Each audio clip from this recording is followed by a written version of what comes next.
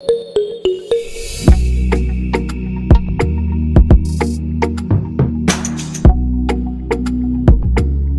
thief escaped from police custody. Since he was a sprinter, he could run at a speed of 40 km per hour.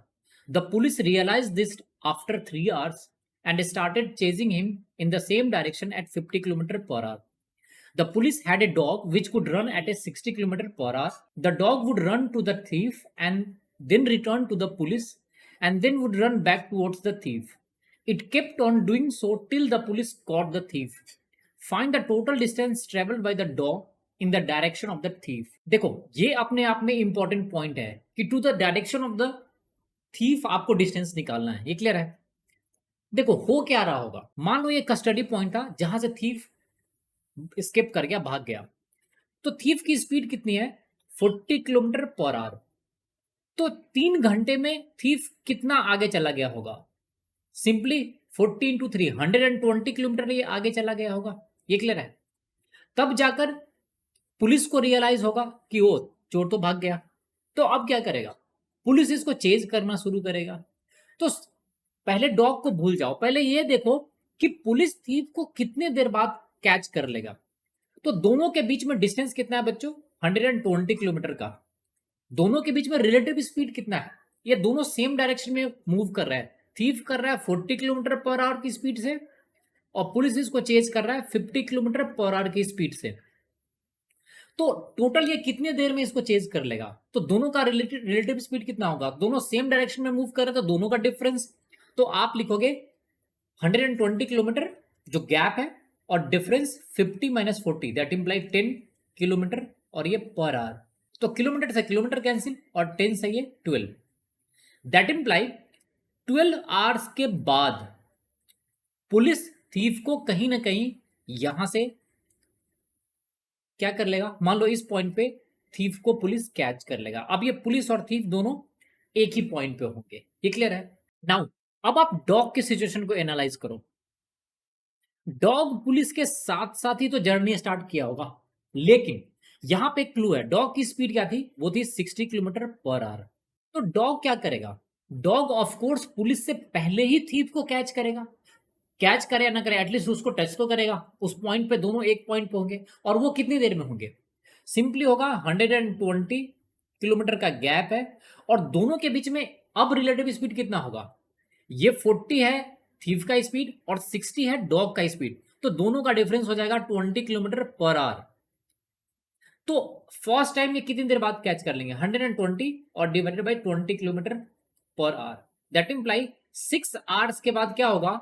Dog thief को catch कर लेगा। लेकिन वो क्या करेगा? Dog मान लो यहां से 6 आवर तक ट्रेवल किया, उसने थीफ को कैच किया, फिर ये वापस आएगा। वापस कब तक आएगा? जब तक इसको पुलिस यहां पे नहीं इसको मिल जाए। ये क्लियर है? तो ये दोनों आपस में मिलेंगे। यहां पे क्या होगा? पुलिस भी होगा साथ में और डॉग भी होगा। अब डॉग इसको बता देगा कि आपका चोर मुझे यहां पे मिला था। अब डॉग क्या करेगा? फिर वो वापस थीफ के डायरेक्शन में मूव करना शुरू करेगा। ये क्लियर है? तब तक तो थीफ यहां पे वेट नहीं करेगा, वो तो फर्दर आगे चला जाएगा। ये क्लियर है? तो डॉग फिर इसको आगे जाकर कहीं ना कहीं कैच करेगा। उसके बाद फिर क्या करेगा? डॉग वापस आना शुरू करेगा। किसको बताने के लिए? पुलिस को बताने के लिए। लेकिन उन द मीन टाइम पुलिस भी यहां पे वेट नहीं करेगी, पुलिस भी इसी डायरेक्शन में क्या करेगी? मूव करेगी। तो ये मान लो इस पॉइंट पे फिर से मिलेंगे कौन? ये मिलेंगे पुलिस और डॉग। इस पॉइंट के बाद क्या होगा? फिर से यहां से डॉग वापस भागना शुरू करेगा। किसकी तरफ? थीफ की तरफ। फिर कहीं इस थीफ को कैच करेगा और फिर ये वापस आएगा किसकी तरफ? पुलिस की तरफ। In the mean time police भी इस पोजीशन से कहीं ना कहीं आगे चले जाएगी। बोलो है ना? तो मान लो इस पोजीशन पे ये दोनों फिर मिल गए। तो ये प्रोसेस चलता रहेगा, लेकिन हमें ये इस प्रोसेस को बार बार इस तरह से सॉल्व नहीं करना है। यहां पे दो चीजें कॉमन है। ये टोटल जो डॉग का ट्रैवल टाइम होगा वो कितने देर तक डॉग ट्रैवल करेगा? जब तक पुलिस थीफ को कैच ना कर ले। और पुलिस थीफ को कितने देर तक में कैच कर रहा है? 12 आवर्स में।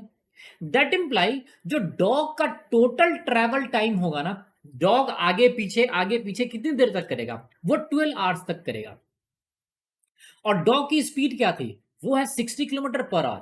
तो dog 12 into 60 that imply total distance travel करेगा 720 किलोमीटर। आई होप यहां तक आपको समझ में आया है। नाउ इस 720 किलोमीटर में डॉग दो तरह की जर्नी को कवर किया है।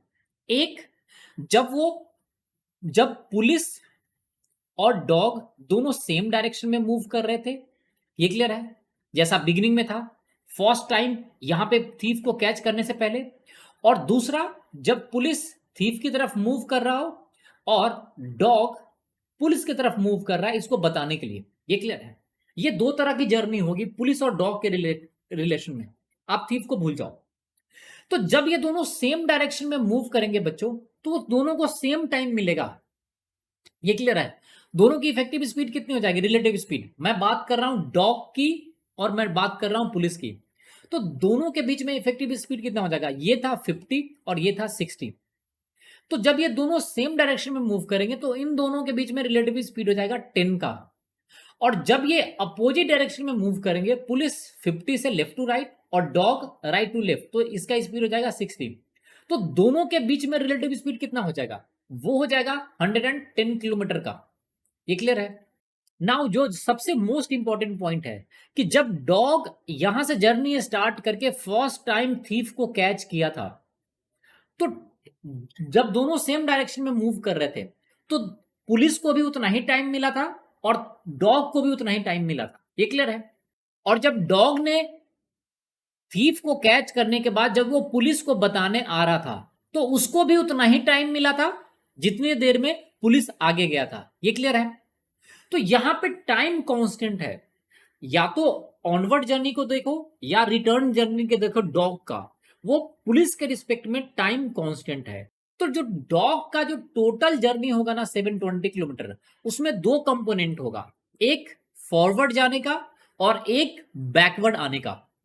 और आपको दिख रहा है कि ये जो फॉरवर्ड जर्नी है ना डॉग का, वो ज्यादा है as compare to the backward journey. Dog आगे जा रहा है, फिर पीछे आ रहा है, पुलिस को बताया, फिर आगे जा रहा है, फिर पीछे जा रहा है।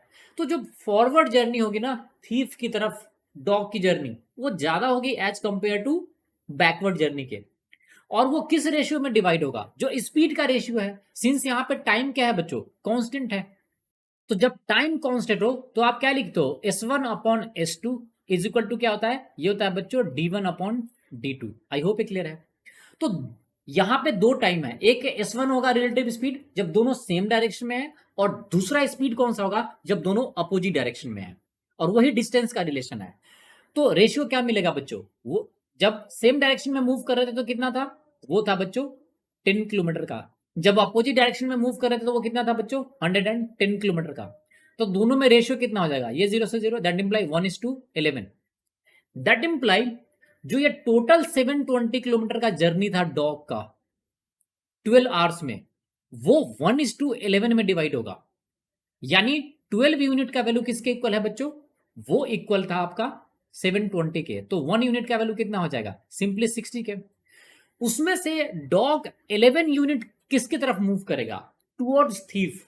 तो वो कितना हो जाएगा 11 इंटू 60, दैट इंप्लाई 660, ये क्लियर है। और वो 1 यूनिट की तरफ मूव करेगा जब पुलिस की तरफ वो मूव कर रहा है, उसको बताने के लिए आ रहा है। सो आई होप ये एक्सप्लेनेशन आपको समझ में आ गया होगा। So thanks for watching the video. If you like the video, do subscribe the channel and share the channel with your friends.